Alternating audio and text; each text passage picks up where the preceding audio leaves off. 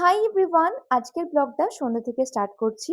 এখন বাজছে ওই সন্ধ্যে 6:30 মতো।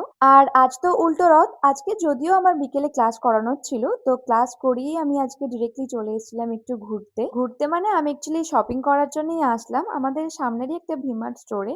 তো বাড়ির জন্য আমার কিছু জিনিস নেওয়ার ছিল, তো সেগুলোই এখন নিতে আসলাম। আর অ্যাকচুয়ালি যেটা আমি নিতে এসেছি সেটা বাদ দিয়ে আমি এখন সবকিছুই দেখতে শুরু করে দিয়েছি। তো ফার্স্টেই চলে গেছিলাম ক্লোদিং সেকশনে। এখানে না 399 এ কটনের খুব সুন্দর সুন্দর কুর্তি পাওয়া যাচ্ছিল, তো ভাবলাম ট্রাই করাই যাক। তারপর চোখে পড়লো এই কোয়ার্ড সেট গুলো। এখানে জাস্ট দুটো কালারই অ্যাভেলেবেল ছিল, একটা ছিল বাটার ইয়েলো কালারের আর একটা ছিল অফ হোয়াইট কালারের। বাটার ইয়েলো কালারটাই আমার একটু বেশি ভালো লেগেছিল, বাট ওটা তো সাইজে পেলাম না, তাই অফ হোয়াইট কালারটাই আমায় চুজ করতে হলো। এবার আসলাম আমি বাড়ির জন্য যেগুলো নেওয়ার ছিল, কয়েকটা হ্যান্ড টাওয়াল নেওয়ার ছিল, একটা ফ্লোর ম্যাট নেওয়ার ছিল।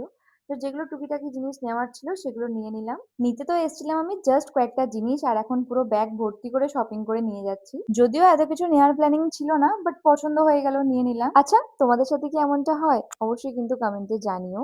এনিওয়ে, এরপর কি কি করলাম সেটা আসছে নেক্সট পার্টে।